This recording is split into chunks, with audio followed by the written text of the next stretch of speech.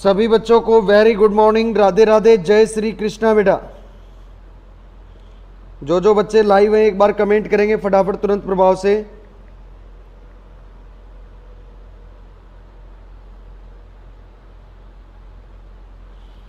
सभी बच्चों को very good morning, Radhe Radhe, जय श्री कृष्णा। बेटा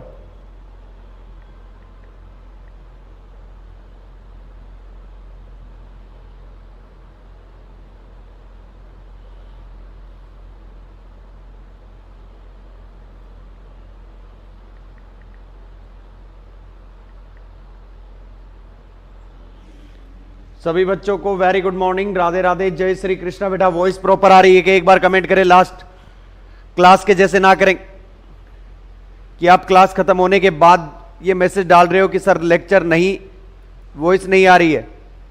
एक बार इसमें कमेंट कर दे सारे बच्चे ताकि मैं आगे बढ़ूं।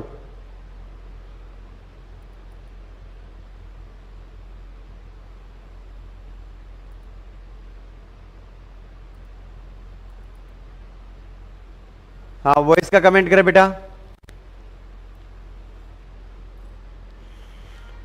सभी बच्चों को very good morning, Radhe Radhe, जय श्री कृष्णा। बेटा आज थोड़ी क्लास लंबी चलेगी, लगभग 7:15 तक चले, 8:15 तक चलेगी क्लास, ठीक है।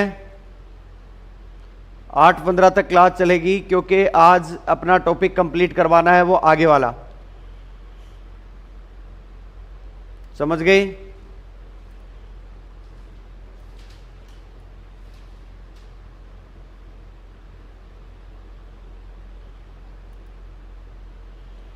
जय श्री कृष्णा। सर वॉइस बढ़िया आ रही है ना भाई? वॉइस पिछले लेक्चर में वॉइस नहीं आई, दोबारा कराना पड़ रहा है मुझे, फटाफट बताओ ये।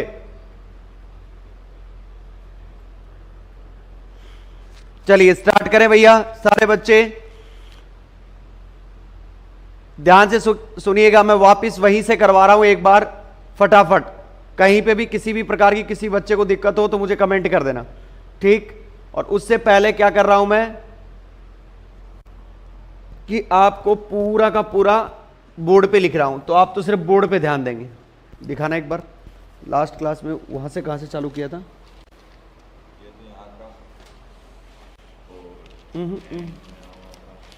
यहां एंड हुआ था ना, 16 नंबर इक्वेशन थी लास्ट, है ना। अब करना है। और ये इक्वेशन कौन सी आई थी? 13, 14, 15। हाँ हाँ ठीक, पकड़ो। आ जाइए, जिस लेक्चर में आपने छोड़ा था उस लेक्चर के नीचे एक लाइन लिखिएगा, समीकरण 16। आप तो आराम से बैठ रहे हैं 5-7 मिनट। समीकरण 16 त्रिविमीय झुके हुए निर्देश तंत्रों में, समीकरण नंबर 16 त्रिविमीय झुके हुए निर्देश तंत्रों में स्थिति रूपांतरण समीकरण को, स्थिति रूपांतरण समीकरण को प्रदर्शित करता है, प्रदर्शित करता है। अब एक काम करें, इसके जस्ट नीचे, और सारे बच्चे बोर्ड पे आ जाओ। देखो मैं एक लाइन लिखता हूं, क्या लिखता हूं? समीकरण 13, 14 व 15 का t के सापेक्ष अवकलन करने पर, अवकलन करने पर समीकरण 13, 14, 15 का t के सापेक्ष अवकलन। अब समीकरण 13 कौन सी चीज है और 14 कौन सी है? देखो समीकरण 13 यही है कि देखो x डेस बराबर a11, साथ में क्या भैया? ध्यान सुना, a11 और x plus a12 y plus a13 z। यदि हम इसका t के रिस्पेक्ट में डेरिवेटिव करें तो क्या मिलेगा बेटा? dx prime over d equals to a11 dx over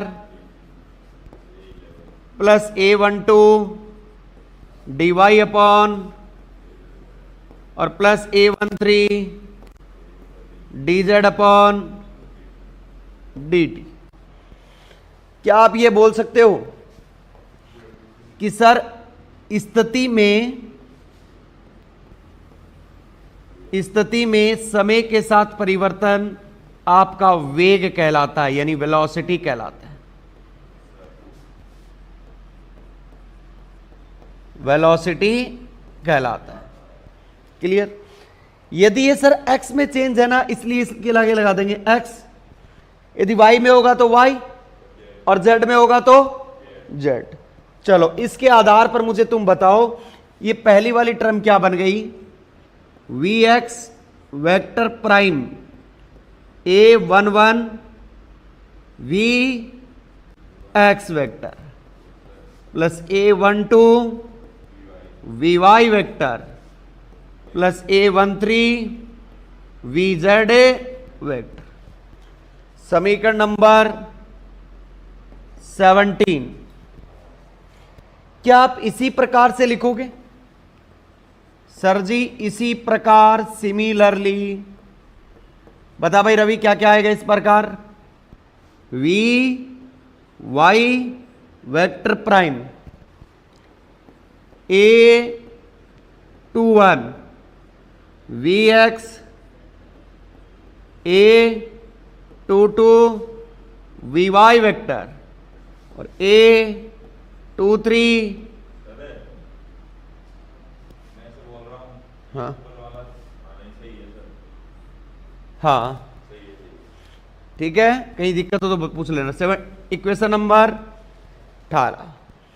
sir ji vz vector prime A31 vx vector plus A32 vy vector plus A33 और vz वेक्टर। समीकरण नंबर 19। क्या लाइन लिखेंगे सारी इक्वेशंस के लिए? समीकरण 17,18 व 19 को किस में लिखने पर रे? मैट्रिक्स रूप में, मैट्रिक्स रूप में लिखने पर।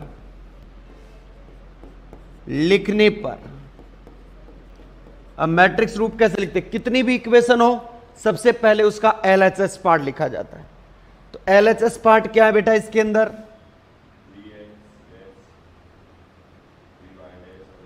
Clear?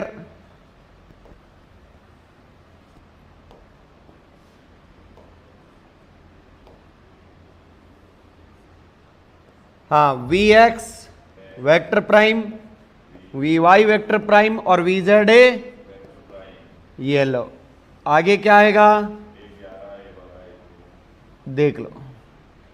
A11 A12 A13 A21 A22 A23 A31 A32 A33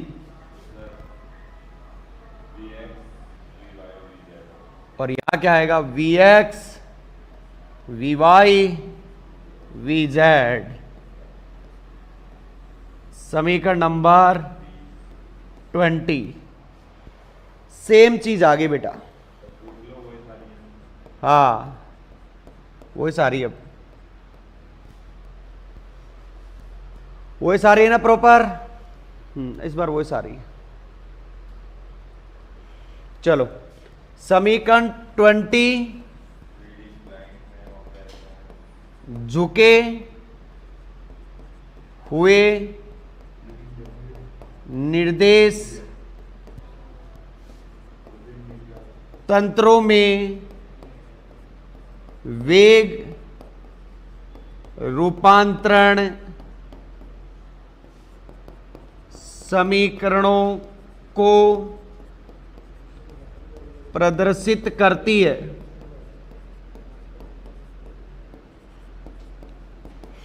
हाँ, किसको रिप्रेजेंट करती है? ट्रांसफॉर्मेशन इक्वेशन को रिप्रेजेंट करती है। और कौन से ट्रांसफॉर्मेशन इक्वेशन? वेलोसिटी यानी वेग रूपांतर। क्लियर है कोई? अब आओ वापिस क्या लिखना आपको? समीकरण 17,18 व 19 का टी के सापेक्ष अवकलन करने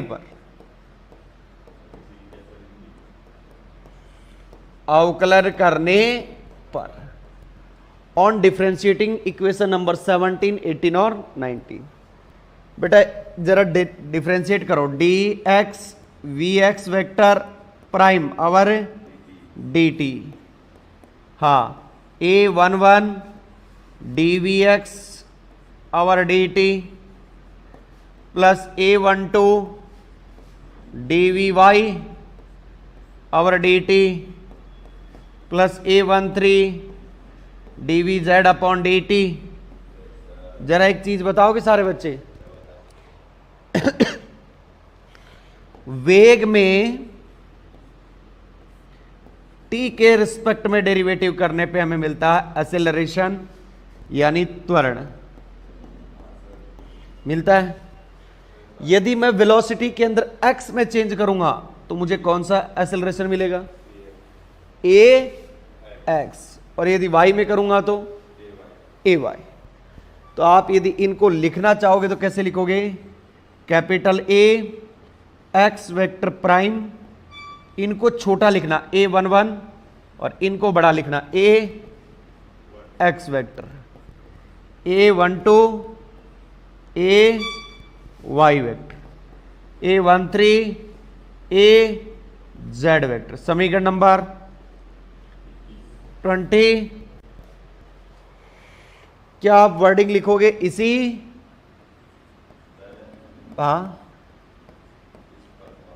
इस प्रकार यानी सिमिलरली। भाई साहब ए वाई वेक्टर प्राइम, हेलो नमस्ते,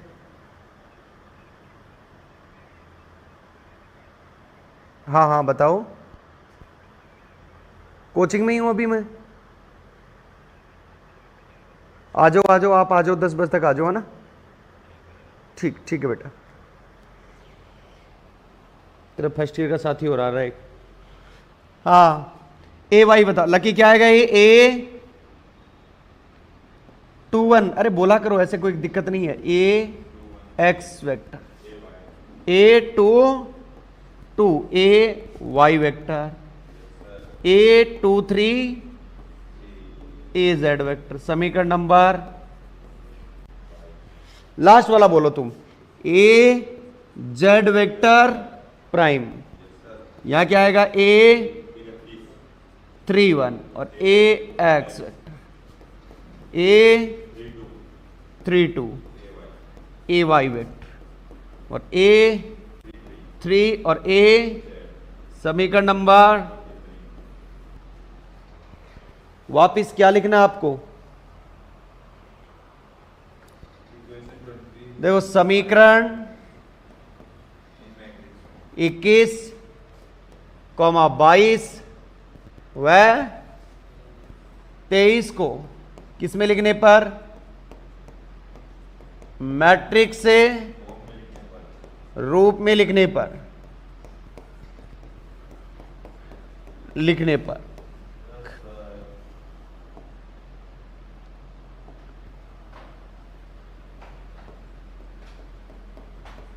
अब बता भाई रवि, तू बता कैसे लिखूं मैट्रिक्स फॉर्म में इसको?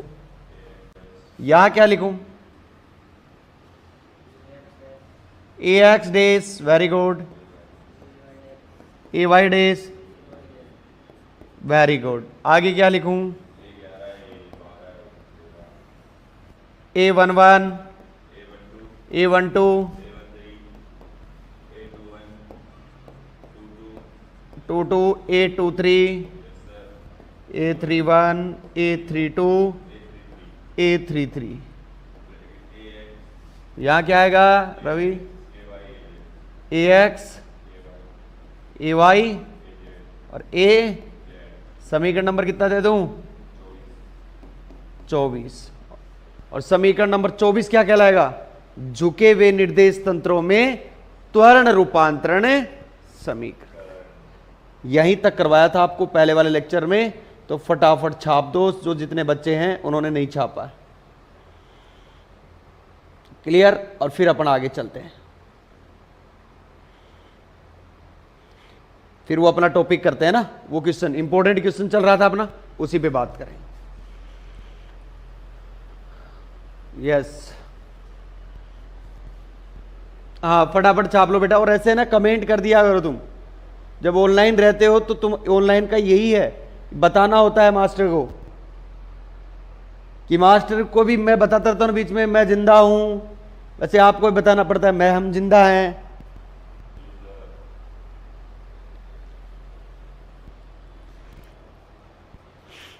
तभी कहते हैं फेसबुक के प्यार ज्यादातर आगे नहीं चला करते हैं, क्योंकि उनमें आदमी मिला नहीं करते, सिर्फ बातें होती हैं। तो क्या पता कौन से वॉइस कब डब हो जाए।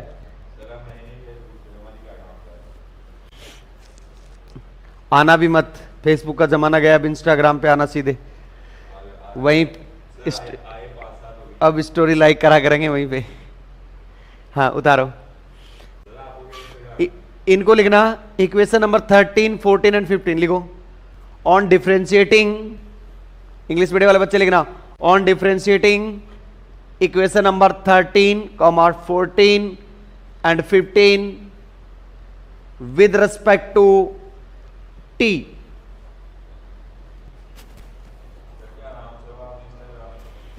बताएंगे, रुको अभी वेट करो तुम, थोड़ा स्पीड से लिखना रे बेटा, टॉपिक करवाना आप। एक प्रक्षेप गति के सापेक्ष दूसरी प्रक्षेप गति कैसे दिखाई देती है? सरल रेखीय। आप यदि एक प्रोजेक्टाइल मोशन के सर, केमिस्ट्री क्लास, अरे केमिस्ट्री क्लास का ही बताएंगे, पहले ये फिजिक्स की तो लो, बताओ। फिजिक्स को लोगों ने ऐसे ही समझ लिया, केमिस्ट्री में क्या ही पढ़ते हो? CH3 CH3 CH2 CH2 CH2 OH।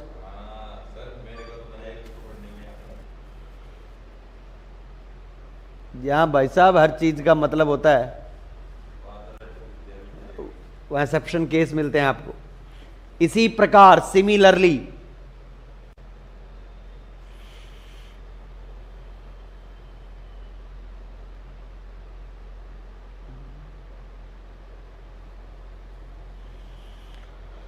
हरे कृष्ण राधे श्याम।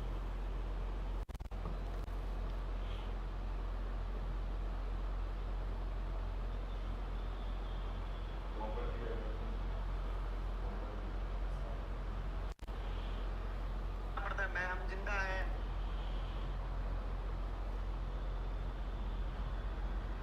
आ जाओ आप आ जाओ, 10 बजे तक आ जाओ ना, ठीक, लिखने पर।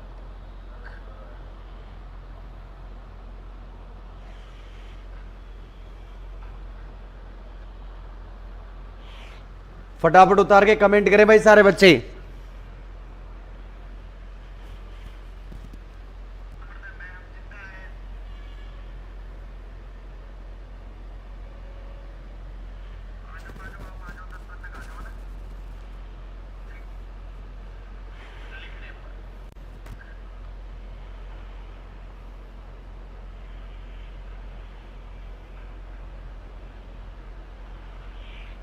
फटाफट उतार के कमेंट करें भाई सारे बच्चे।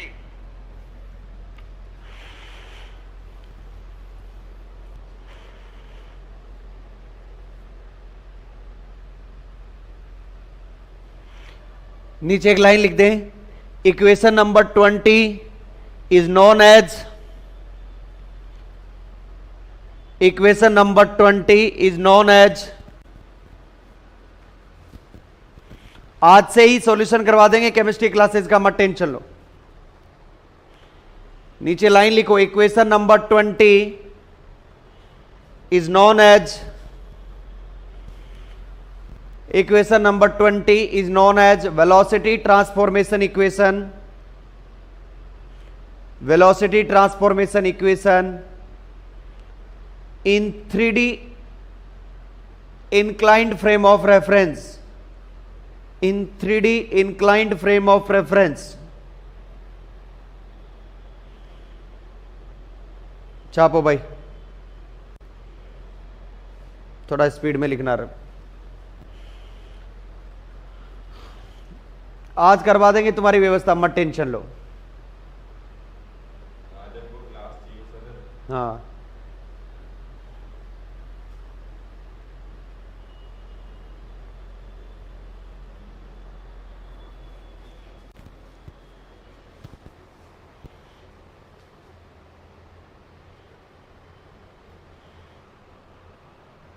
फटाफट उतारना भाई।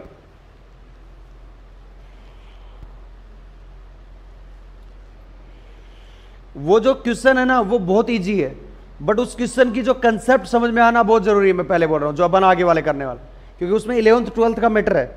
ये ऐसे नहीं है कि आपको बीएससी का कोई पोर्शन है। 11th 12th में जो आपके प्रोजेक्टाइल मोशन चलती थी उसी का एक हिस्सा है, और वहां पे भी ये क्वेश्चन करते थे अपन।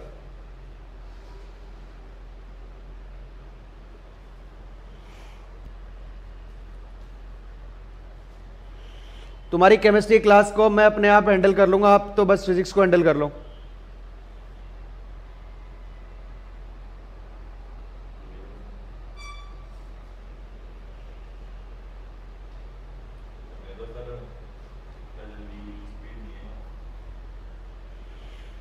साइड में खड़े हैं ना, तो जिसको रोक के देख लेंगे भाई। जिसको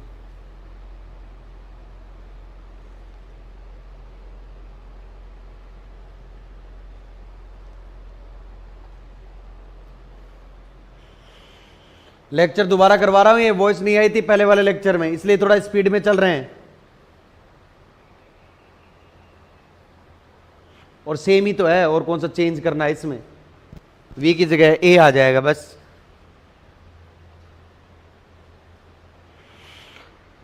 इसके जस्ट नीचे एक लाइन लिख दो भाई, समीकरण number 24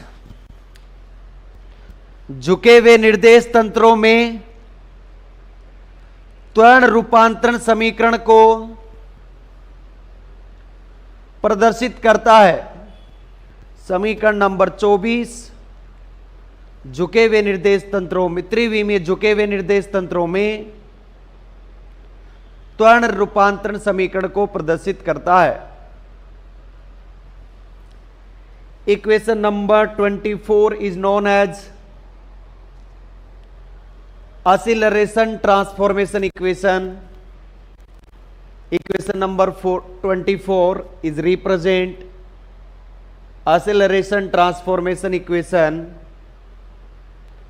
in 3D inclined frame of reference. In 3D inclined frame of reference. यहां तक करवाया था बेटा कल की क्लास में, और अब आ जाओ सारे बच्चे अलग से क्वेश्चन लिखेंगे, और इंपॉर्टेंट डाल लो इसके ऊपर। सबसे इंपॉर्टेंट क्वेश्चन है। हाँ जी, बात कर रहे हैं अपन किसकी? कल तुम्हें करवाया था रवि, प्रक्षेपे गति की।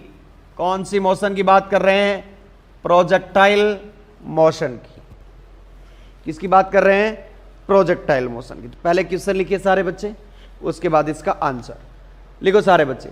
सिद्ध कीजिए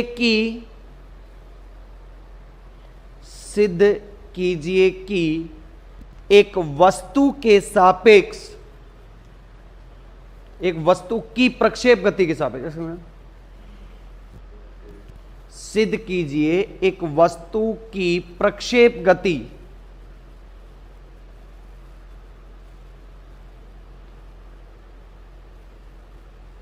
एक वस्तु की प्रक्षेप गति दूसरी प्रक्षेप गति के सापेक्ष सरल रेखीय होती है। सरल रेखीय होती है। इंग्लिश मीडियम वाले एक काम करेंगे सारे बच्चे, पहले एक क्वेश्चन लिखेंगे प्रॉपर, लिखो।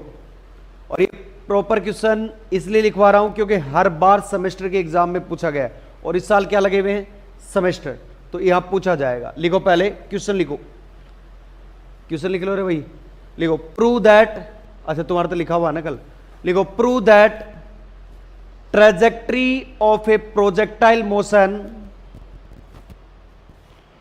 Prove that trajectory of A projectile motion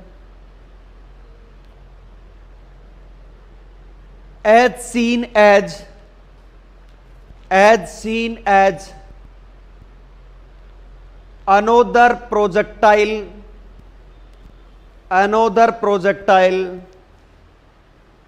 is straight line,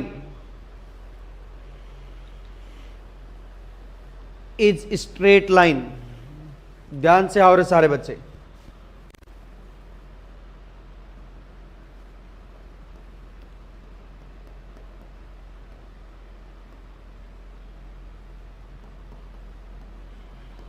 ध्यान से सुनिए।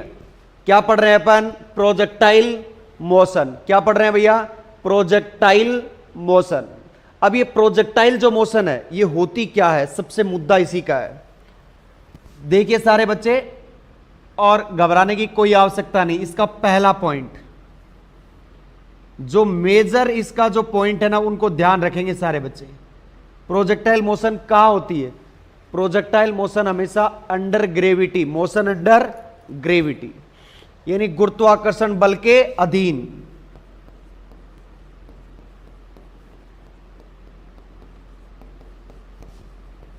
आकर्षण बल के अधीन, बल के अधीन।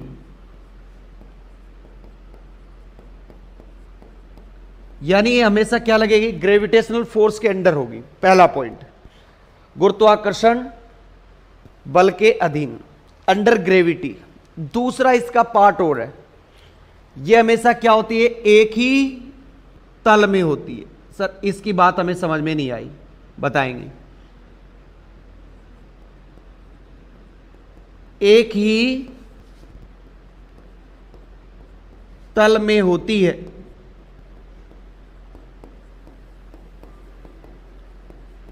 अब इसका क्या मतलब?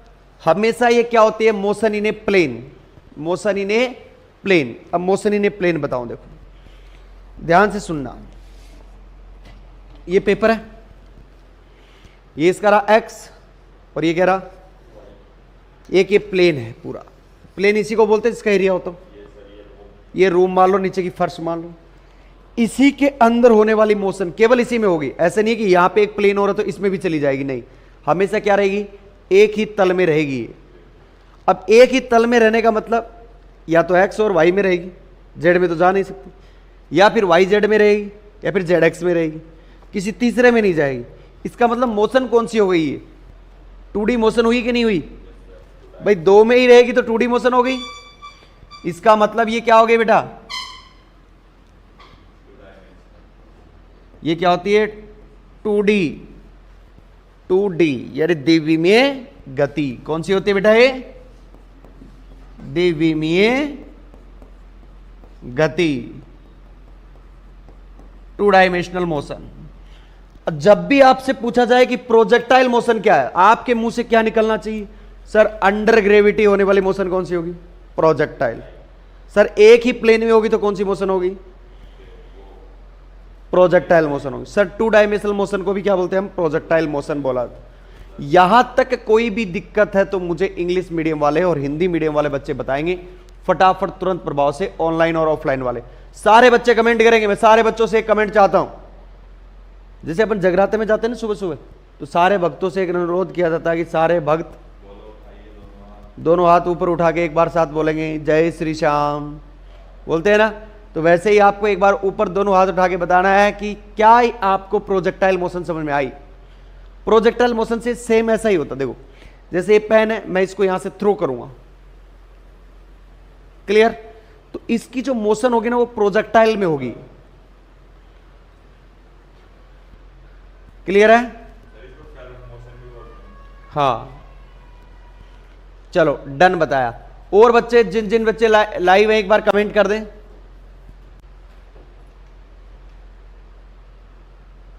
हाँ चलो कल यहीं तक करवाया था, अब इसका सॉल्यूशन करते हैं। आ जाओ बेटा, सॉल्यूशन में भी रवि कुछ करवा दिया था ना। सॉल्यूशन, अब रवि कहीं पे भी दिक्कत लगे तेरे को, ये तो थोड़ा लास्ट ईयर का लास्ट लेक्चर थोड़ा सा स्पीड में करवाया क्योंकि हम पहले करवा चुके थे। अब तेरे को जहां पे भी स्पीड लगे मेरे को एक बार बता दें, ताकि मैं मेरे हिसाब से कंट्रोल कर लूं और तेरे को भी समझ में आ जाए। क्लियर है नहीं कि भाई? सबसे पहले अब ध्यान रखना है, साथ साथ जो प्रक्षेप गति होती है वो होती क्या है।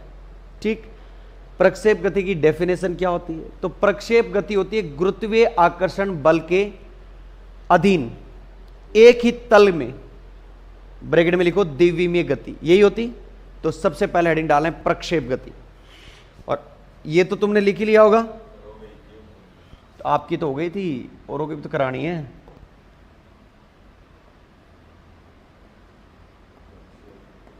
प्रक्षेप गति हेडिंग डालो सारे बच्चे। ये ऊपर वाली जरूर लाइनें लिख लेना रे भैया, ये ऊपर वाली, पहले ये ऊपर वाली लाइनें लिख लेना, लिख ही लो ताकि झंझट खत्म हो। प्रक्षेप गति, प्रोजेक्टाइल मोशन, और इंग्लिश मीडियम में लिख लेना मोशन अंडर ग्रेविटी। पहले ये लिख लेना motion under gravity, motion in a plane. अच्छा कल आप भी नहीं लिख पाए थे ना इसको, लाइट चली गई थी। लिखो तो फिर तो motion in a plane, in a plane.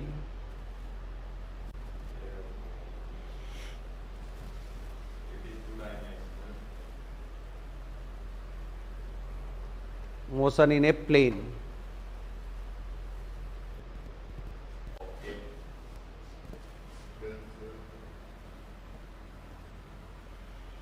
गुरुत्वीय कर लेना इसको, गुरुत्वीय आकर्षण बल। नीचे वाला क्या लिखोगे? Two dimensional motion.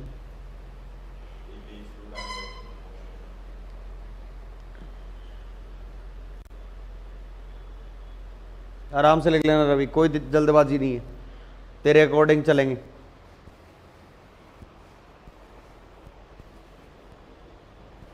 बस आराम से लिख।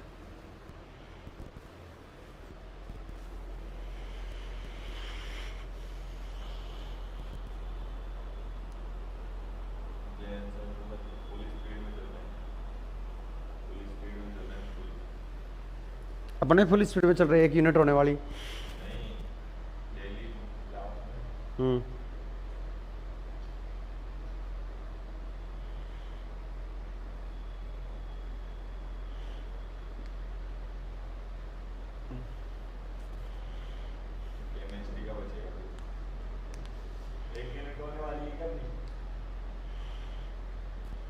सात 8 क्लास में हो जाएगी,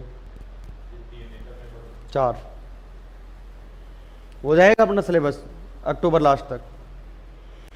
हेडिंग डालिएगा सारे बच्चे प्रक्षेप गति, और सबसे पहले हिंदी मीडियम वाले बच्चे लिखेंगे प्रक्षेप गति क्या होती है। लिखो लिखो, गुरुत्वीय आकर्षण बल के अधीन, ये कल लिखो लिखो लिख लिया नहीं ना। लिखो प्रक्षेप गति, हेडिंग डाल के लिखो गुरुत्वीय आकर्षण बल के अधीन एक ही तल में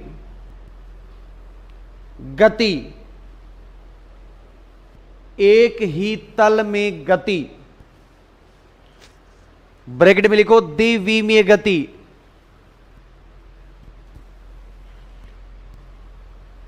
प्रक्षेप गति कहलाती है, प्रक्षेपे गति कहलाती है, प्रक्षेपे गति कहलाती है।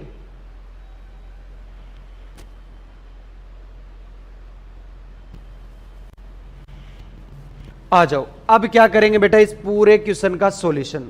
अब कोई नहीं बोलेगा और तरीके से देखे। सबसे पहले हमें प्रोजेक्टाइल मोशन देखनी है, 2 पार्टिकलों की अलग अलग, और फिर देखना इसके रिस्पेक्ट में इस प्रोजेक्टाइल की कैसी दिखाई देती है, स्ट्रेट लाइन दिखाई देती है, सर्कल दिखाई देती है, वो तो हम आगे बताएंगे। पर हमें देखना कि 2 ऑब्जेक्ट को हम प्रोजेक्टाइल मोशन करवाएंगे और फिर देखेंगे इसके रिस्पेक्ट में इसको और इसके रिस्पेक्ट में इसको। तो जब देखेंगे तो हमें क्या लगेगा, एक स्ट्रेट लाइन दिखाई देगा दोनों। वैसे हमें पता है कौन सी ये प्रोजेक्टाइल है, पर एक दूसरे के रिस्पेक्ट में देखेंगे तो हमें कैसा दिखाई देगा, स्ट्रेट लाइन। चलो सबसे पहले मैं क्या लिखूंगा, देखो डेरिवेशन करने के लिए माना, क्या है देखो, माना लेट, हम मान लेते, क्या मानते हैं, दो वस्तुओं, क्या, दो वस्तुओं, माना दो वस्तुओं का प्रारंभिक वेग क्रमशः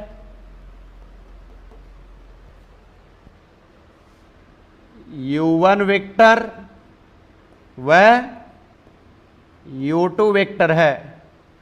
ध्यान सुन लेना, अभी मैंने क्या मान लिया, दो वस्तु हैं जिनका ऑब्जेक्ट है प्रारंभिक वेग u1 व u2 है।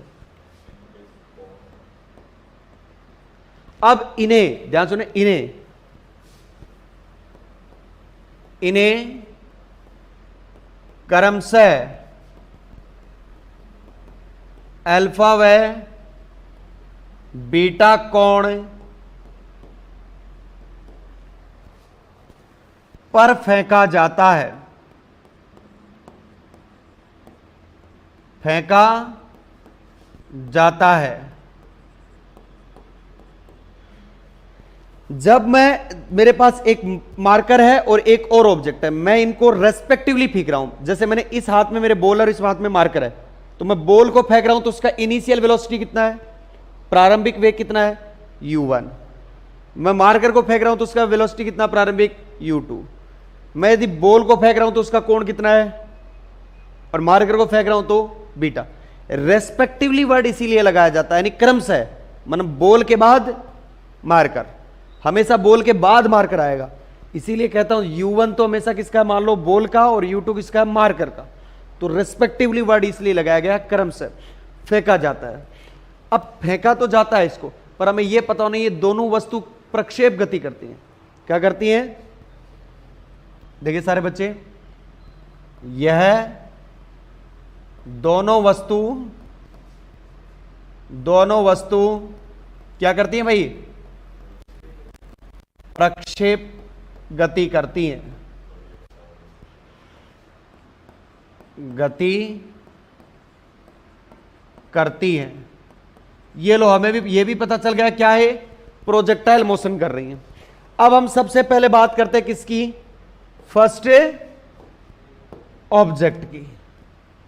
तो हम सबसे पहले बात कर रहे थे स्मॉल a, यानी प्रथम वस्तु की, यानी फर्स्ट ऑब्जेक्ट की, प्रथम वस्तु। अब प्रथम वस्तु के लिए क्या क्या कंडीशन होंगी वो तुम्हें पता होनी चाहिए। प्रथम वस्तु के लिए, हाँ भाई रवि बताना जरा। जैसे ही फर्स्ट ऑब्जेक्ट है वो कुछ इस तरीके से फेंका जाएगा, ये लो, यहां से मैंने इसको थ्रो किया, और जैसे ही मैं थ्रो करूंगा इसको, इसकी प्रारंभिक वेलोसिटी क्या होगी, ऐसे होगी क्या, u1 वेक्टर। और ये कैसे जाएगा, ऐसे जाएगा। ये तो इसकी वेलोसिटी की डायरेक्शन है ना, कि ऐसे फेंका हमने, पार्टिकल तो ऐसे जाएगा ना, धीरे धीरे धीरे, क्योंकि ये ऊपर जाएगा, फिर इसको नीचे ग्रेविटी लाएगी धीरे धीरे धीरे धीरे। क्लियर। अब किसी ऑब्जेक्ट को ऊपर फेंको, ऊपर तो जाएगा वो पहले, पर जैसे जैसे उसकी वेलोसिटी कम होगी तो उसको अपोज करने वाला एक ग्रेविटेशन फोर्स है जो इसे क्या करेगा, नीचे की ओर खींचेगा। ये अब मैंने इसे कितने एंगल पर भेजा है, अल्फा, मैंने लिखा हुआ है वहां। अब ये पूरा एंगल क्या होता है, 90। तो इस अक्ष को क्या बोलता हूं मैं, एक्स। ठीक बेटा। और इसको क्या बोलता हूं मैं, वाई एक्स। तो अब मुझे बताओ, ये एक्स एक्सिस है और ये वाई एक्सिस, दोनों के बीच में 90 डिग्री कोण, ये एक लाइन है u1 वाली, ये अल्फा कोण बना रही है। तो बचा हुआ एंगल कितना बचा, ये एंगल कितना बचा, 90 डिग्री माइनस अल्फा बचेगा। अब मुझे इसके घटक लेने हैं, कंपोनेंट। जैसे आप आर वेक्टर के लेते थे, एक्स डायरेक्शन में क्या लिखते थे, R cos theta, Y direction में क्या लिखते थे, आर साइन थीटा। होता वो कोस ही था, पर वो साइन थीटा चेंज हो जाता था। ये बात मैंने पहले भी बता चुका हूं। अब इसी के अपने को क्या लेने हैं, घटक लेने हैं। तो पहली बात तो ये कौन सी मोशन है, ये जो हो रही है, इस मोशन का नाम लिख दो आप, कौन सी है,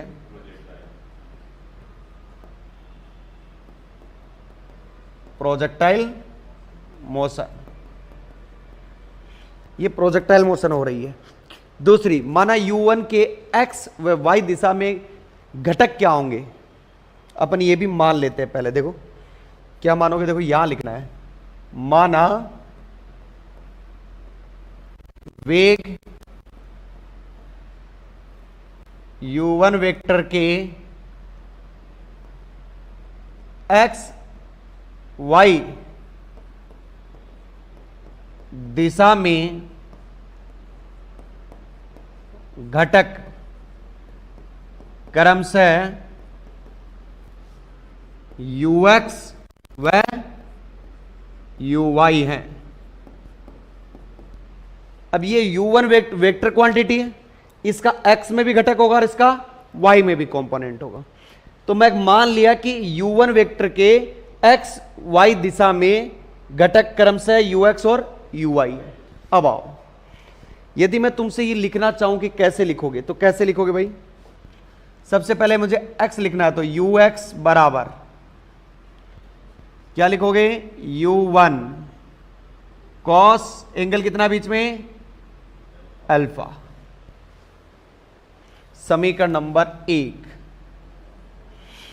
और uy कैसे लिखोगे, uy u1 cos 90 degree minus से, और क्या आएगा uy u1 और साइन अल्फा। समीकरण नंबर, यहां तक किसी भी प्रकार की कोई दिक्कत हो तो बताओ। ये चीज देखना, ये क्या होती है, चूंकि कॉस 90 डिग्री माइनस थीटा कितना होता है, साइन थीटा। ये मेंशन कर देना। ये आए कैसे, पता चल गया रवि, पक्का कंफर्म है, कोई दिक्कत वाली बात। यहां तक मैंने तुम्हें कल करवाया था। अब हमें क्या करना है, थोड़ा सा आगे बढ़ना है। ये तो प्रारंभिक स्थिति है, हमें कुछ समय बाद बतानी है। वस्तु स्मॉल t समय पश्चात बिंदु P पर पहुंचती है, तो x व y दिशा में वेग, वस्तु का वेग क्रमशः vx और vy अपन मान लेते हैं। अब क्या माना मैंने, देखो सारे बच्चे ध्यान से देना अंकित। t समय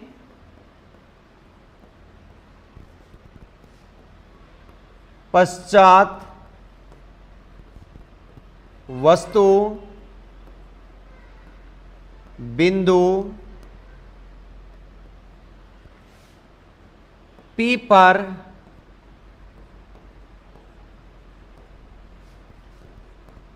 पहुंचती है, तो हमने मान लिया कि वस्तु या t समय पश्चात वस्तु बिंदु P पर पहुंचती है, तो x व y दिशा में, कौन सी दिशा में, x व y दिशा में पहुंचती है, तो x व y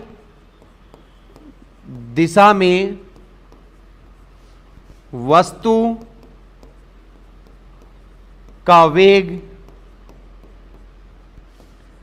क्रमशः vx व vy है।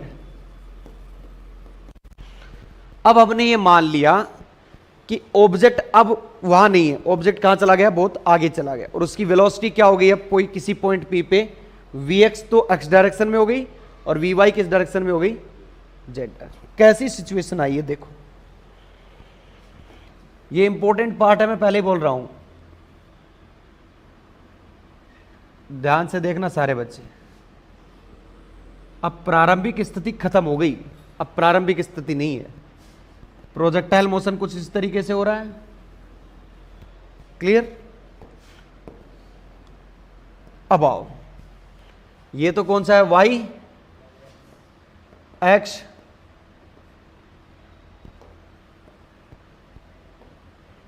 वाई एक्स, और ये कौन सा है, एक्स एक्स, जेड नहीं बेटा। पार्टिकल यहां से गया, जब यहां था तब t बराबर 0 था, अब पार्टिकल पहुंच गया यहां पे। कहां पहुंच गया, यहां पे। ये पॉइंट है आपका P। तो इसकी इस डायरेक्शन में वेलोसिटी और इसकी इस डायरेक्शन में वेलोसिटी।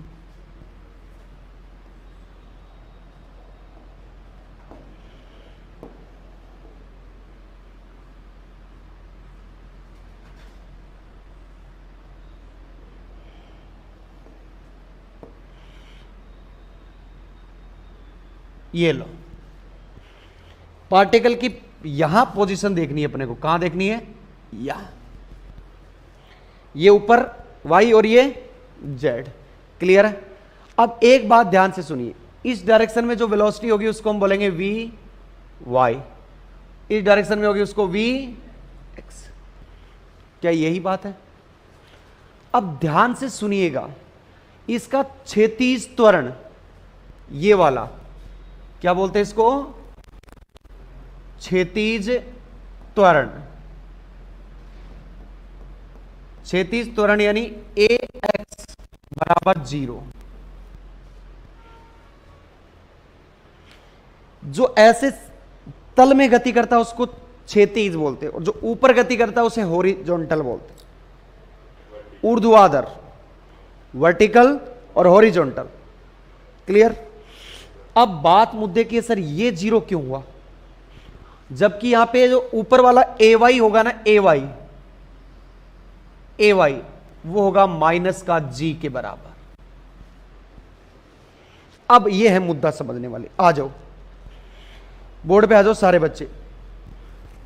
ये पार्टिकल आया और मैंने इसको यहां से थ्रो किया, देखना तरीके से, ये ऐसे जा रहा पार्टिकल, फेंक के नहीं दिखाऊंगा अभी, थोड़ा स्लो मोशन में देखो। यहां आया, इसको नीचे खींचने वाला है कौन है, g। इसका वेग चेंज होगा, इसको वेग को अपोज करने वाला आदमी है कौन, ग्रेविटेशनल g। इस पे जो त्वरण होगा वो किसके बराबर होगा, ग्रेविटेशनल त्वरण के बराबर, यानी स्मॉल g के बराबर। जब पार्टिकल ऐसे जा रहा है, इसको इधर लाने वाला कोई फोर्स है क्या, इसका कोई अपोज ही नहीं कर रहा है, इसको वापस लाना है कोई काम ही नहीं कर रहा है। जबकि ये ऐसे जा रहा है तो इसको नीचे लाने वाला है गुरुत्वाकर्षण बल, पर जैसे जा रहा है ऐसे, इसको वापस लाने वाला कोई नहीं है। अब जब इसको वापस लाने वाला कोई नहीं है तो ये तो नियत वेग से गति करेगा कि नहीं करेगा। तो यदि ये नियत वेग से गति करा तो कांस्टेंट वेलोसिटी का t के रिस्पेक्ट में डेरिवेटिव करोगे तो कितना मिलेगा, 0। और वेग का t के सापेक्ष अवकलन क्या कहलाता है, त्वरण। तो ये नियत वेग से गति कर रहा है, इसलिए इसका त्वरण क्या है, 0। इसीलिए कहते हैं इसका हॉरिजॉन्टल त्वरण, सॉरी हॉरिजॉन्टल त्वरण क्या होता है, 0। समझ गए। मुझे एक बात बताओ, अपन इसको फेंकेंगे, यहाँ पे कोई तो होगा ना, वैक्यूम में कुछ तो होगा, ये अरे उसको रेजिस्टेंस फोर्स को अपन नेगलेक्ट मानते हैं, ऐसे तो हर चीज में अपोजिशन होता ही है। बात बता रहा हूं मैं, हॉरिजॉन्टल की कंडीशन समझ में आई। पर इसको नीचे लाने वाला फोर्स है एक ग्रेविटेशन, उसकी वजह से ay क्या है, g के बराबर, क्योंकि गुरुत्वीय त्वरण कितना होता है, g तो होता है। बात समझ में आ गई, तो बहुत अच्छी बात है, कोई दिक्कत नहीं है। अब आओ, अब सबसे पहले बात करते हैं पर गति के प्रथम समीकरण से। ये याद है क्या आपको, ये बात बताओ, प्रथम समीकरण से, प्रथम समीकरण से, गति के प्रथम समीकरण से। अब गति का प्रथम समीकरण आप बहुत अच्छे से पढ़ते आए हो, बहुत बार पढ़ा है और मैंने भी पढ़ाया है और आप भी पढ़े हो। बताओ जनरल बताना, जनरल क्या होता है, क्या होता है v बराबर, अब तो बता दो गति का सर इंग्लिश में बोलो लेकिन मैं बताऊं। Equation of motion, first equation of motion. देखो v बराबर u प्लस ए टी, होता कि नहीं होता? इस v को क्या बोलते हैं वहां पे अपन? फाइनल वेलोसिटी, अंतिम वेग, अंतिम वेग, फाइनल वेलो, हाँ जी, इसको क्या बोलते हैं अपन? प्रारंभिक वेग, यानी इनिशियल वेलोसिटी। और आप ए को क्या बोलते हैं? एक्सीलरेशन, यानी त्वरण। बोलते थे कि नहीं बोलते थे बेटा? और यही कहलाती है आपकी गति की प्रथम समीकरण। अब हमें यह पता है, यह पता है, तो क्या ये अंतिम वेग नहीं निकाल सकते? और हमें क्या चाहिए? अंतिम वेग ही चाहिए। तो सबसे पहले बात करते हैं एक्स दिशा में। किसमें बात करेंगे? एक्स दिशा में। रवि तुम बताना भाई, एक्स दिशा में नहीं आता कोई दिक्कत नहीं है, समझाएंगे। एक्स दिशा में अपने को वेलोसिटी निकालनी है। तो एक्स दिशा में वेग मैंने कितना माना है पहले तो ये बताओ, पॉइंट पी के ऊपर पार्टिकल का। ये देखो मैंने अलग से लिख भी दिए सारी लाइनें, घबराने की जरूरत ही नहीं है तुम्हें। ये देखो एक्स व वाई दिशा में वस्तु का वेग क्रम से क्या है? वी एक्स, और मुझे एक्स दिशा में निकालना है, इसलिए पार्टिकल की वेलोसिटी कितनी है? ये लो वी एक्स बराबर u यानी प्रारंभिक वेग कितना है? एक्स दिशा में पूछा है मैंने, एक्स दिशा में प्रारंभिक वेग कितना है? u1 cos अल्फा है। u ऐसे है, x दिशा में उसका घटक है u1 cos अल्फा। x दिशा में त्वरण कितना है उसका? 0 इंटू टी। तो vx कितना आ गया? u1 cos alpha. बोलो बात समझ में आई या नहीं आई? समीकरण नंबर 3। टी समय पर बिंदु P पर स्थिति वस्तु का x दिशा में वेग क्या है? ये क्या लिखोगे यहां पे? टी समय पश्चात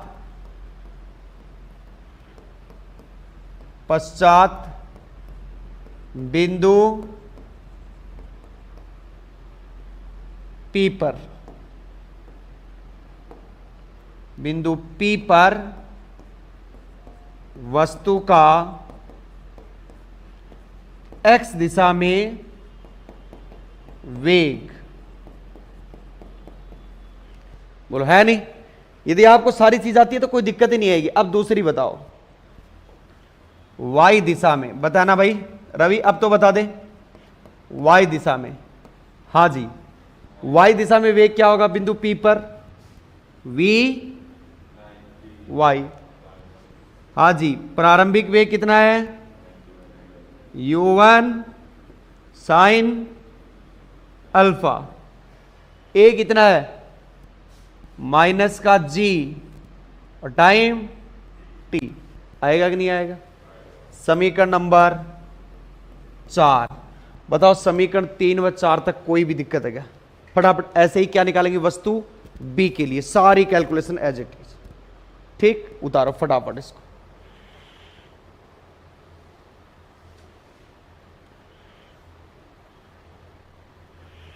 इसीलिए कहता हूं आपको पीछे की चीजें आती है तो बहुत अच्छी बात है, नहीं भी आती तो एक बार पढ़ के दोबारा पढ़ोगे तो बहुत अच्छा लगेगा तुम्हें, गारंटी है मेरी इस बात की।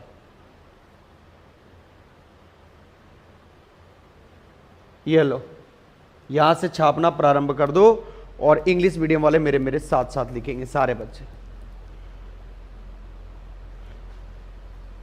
वंदना जांगिड, सर केमिस्ट्री की क्लासेज। अरे बेटा केमिस्ट्री की क्लासेज लगवाएंगे, थोड़ा सा पेशेंस रखो, आज तुम्हें फाइनल बता देंगे केमिस्ट्री क्लासेस के बारे में। इंग्लिश मीडियम वाले ऊपर वाली लाइनें लिखें, let two objects which have initial velocity, let two objects which have initial velocity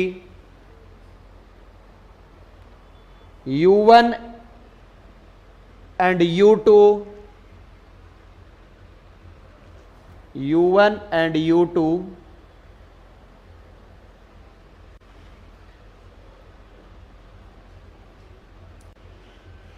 u1 and u2 नीचे वाली comma, these are thrown at angle, these are thrown at angle, these are thrown at angle alpha and beta respectively.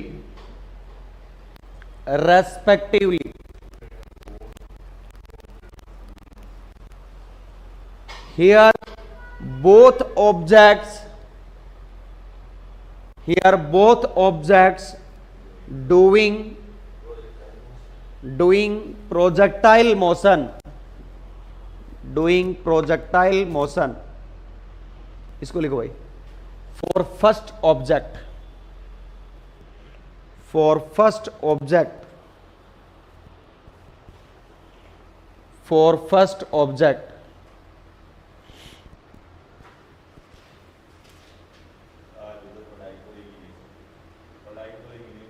क्यों?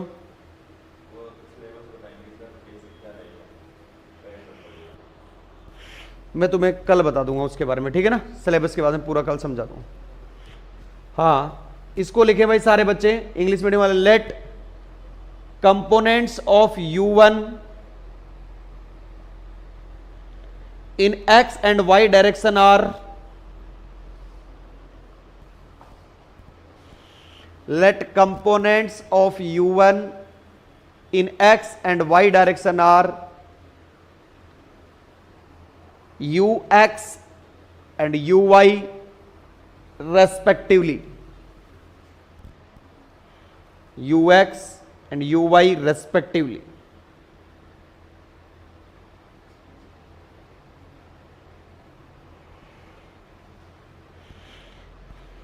जिंदगी की तलाश में हम मौत के इतने पास आ गए।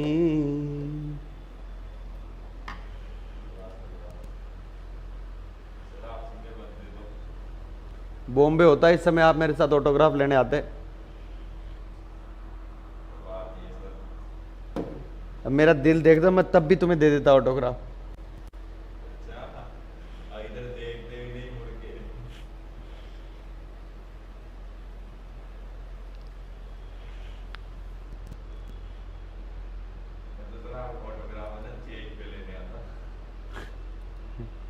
हाँ, चेक दे दो सर। इस लाइन को लिखना रे भाई सारे, object reaching at point P, object reaching at point P after time T,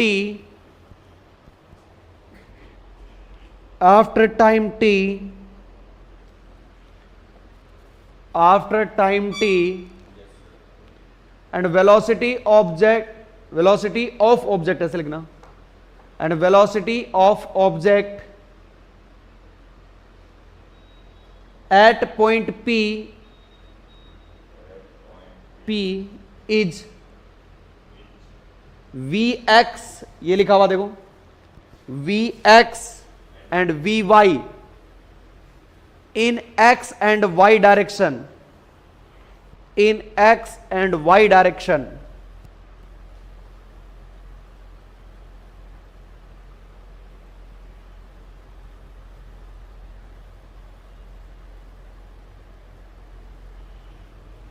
X and y direction respectively.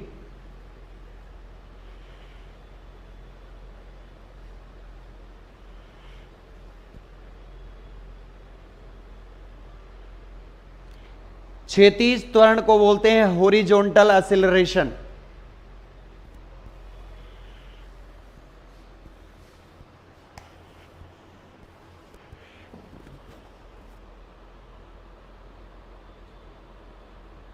जब एक छुट्टी आ जाती है ना बीच में, तो दूसरे दिन आगे साथ हो जाता है। कोई ना, मत घबराए। अरे क्यों आएगी?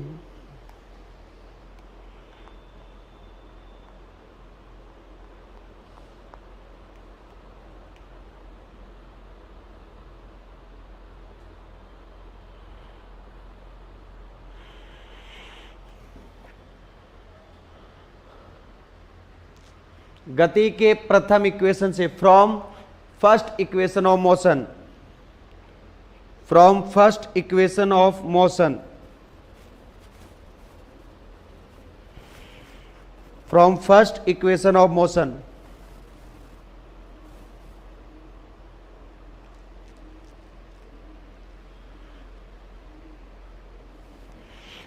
टाइम बहुत ज्यादा हो गया राज, थोड़ा जल्दी लिखो। इसको बोलते हैं फाइनल वेलोसिटी, इसको बोलते हैं इनिशियल वेलोसिटी।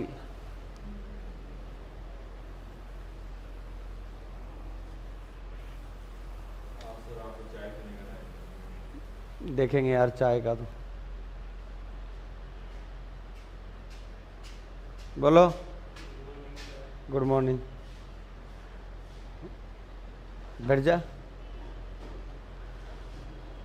सीधा जाता था तू तो। क्या हुआ?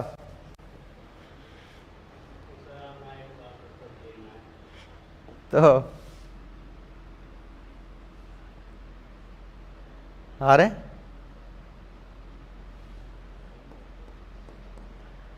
सब्जी थोड़ा नीचे करो, क्यों? थोड़ा बच गया मेरा।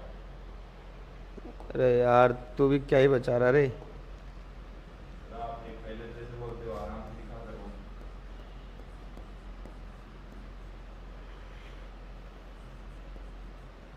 हिंदी में हो रहा है, इंग्लिश में इतना। तो इंग्लिश में लिखवा तो रहा हूं इसको, फाइनल वेलोसिटी, अरे वो तो लिख दी कब, इनिशियल वेलोसिटी। और कहाँ हिंदी और इंग्लिश है? ये चीज आ ही जाती है।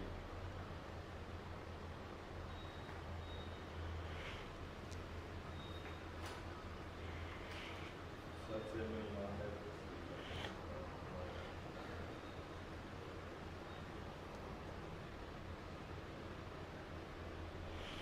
इस लाइन को लिखना, velocity of object, velocity of object, velocity of object at point P, at point P in x direction, at point P in x direction, x direction, x direction after time t।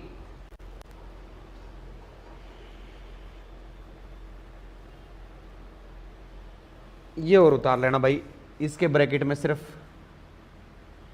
You Y बराबर U1 cos alpha और ए Y बराबर minus का जी। उतार लो फटाफट। समीकरण 3 व 4 तक करवाया, बाकी करवाएंगे कल की क्लास में। आज के लिए राधे राधे, जय श्री कृष्णा बेटा। कल सुबह मिलते हैं 7 बजे। राधे राधे, जय